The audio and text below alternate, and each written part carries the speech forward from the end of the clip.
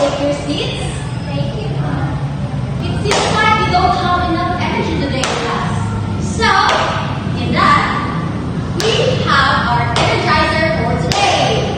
Okay, so let's do this F1. So, hocus pocus.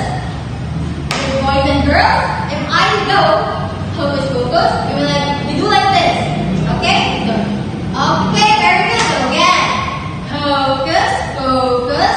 Put your goggles focus on like this way. And then, now, you looked at this drawing or painting.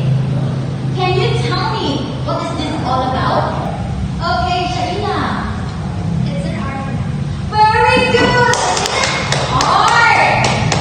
Could you please give your insights or ideas about this painting? Okay. Raise your hand if you want to answer.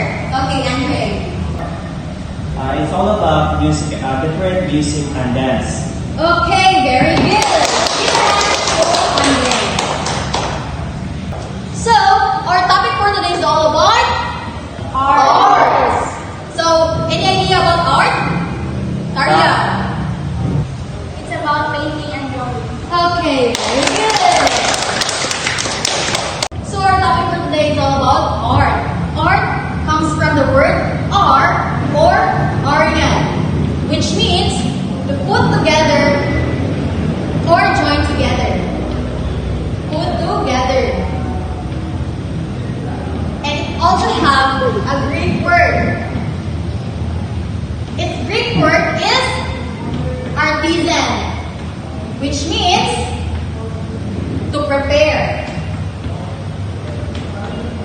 And also, it has a Latin word. Okay, its Latin word is artist, which means assembled by a man. Assembled by man. So we cannot say it's an art without someone who made it. Understand? Yes, ma'am. Okay, so what is art again? Shaina. So art came